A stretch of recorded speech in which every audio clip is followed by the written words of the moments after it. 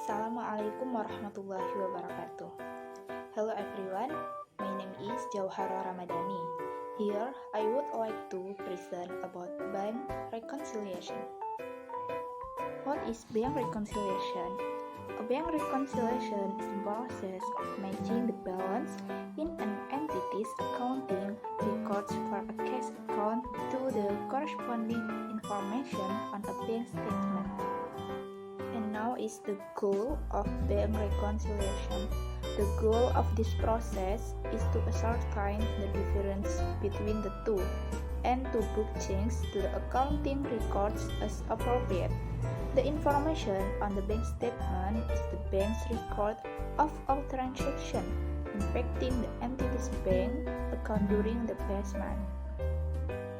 Okay, the next is bank reconciliation terminology. The key term to be aware of when dealing with a bank reconciliation are: the first is deposit in transit. The first component is deposit in transit, the meaning of this component in cash that has been received by the company. However, the information has not yet been received by the bank, it has not been recorded there. If this happened right at the end of the month, of course, it would not be a deposit for the bank because the money is still not recorded and still belongs to the company. It is the dynamic that becomes an item recorded in bank reconciliation. The second is outstanding check. The second component of bank reconciliation is the outstanding check. This component is also known as a circulation check.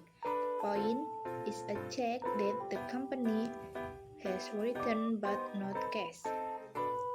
If this is not reported immediately, of course the bank will not record the report. So, it is natural that if a bank reconciliation is carried out, there is a nominal difference between company and bank records. The third is non-sufficient fund check. Non-sufficient fund check is a component of bank reconciliation, which is also known as a blank check. This check will not be recorded in the bank because the company's balance is not sufficient to pay for the check. In this case, the bank still allows disbursement and reduces the company account. Meanwhile, the company itself will be asked to pay for the disbursement process. The fourth is interest income.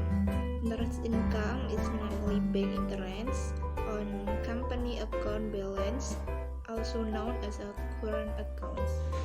And the fifth is bank service charge. Bank service charge, namely bank service fees or bank administration fees. And now, the cause of difference between cash balance, bank and company notes. And now we can look the table. The first is deposit in transit. The deposit in transit for the company side is half at balance cash, and in the bank side is not yet adding cash balance. And the second is outstanding check.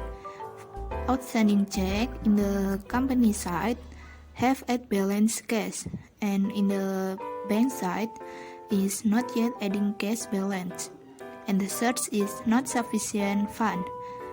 In the company side, the effect depends on the type of recording error for the company side and for the bank side. And the fourth is misrecorded transaction. The company side is half at balance cash must be deducted, and the bank side is no effect. And the next is money orders and interest bankable. In the company side, not yet adding cash balance, and in the bank side is half at balance cash. And the next is current accounts. In the company side, not yet adding cash balance, and the bank side have at balance cash. And bank administration fee. In the company side has not reduced the balance yet cash, and the bank side is already reduced the balance cash. And the last is incurred in certain current account deposit by bank.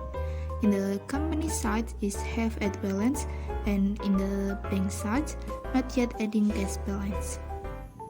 Thank you for your attention. I hope this presentation has given us new insight about bank reconciliation.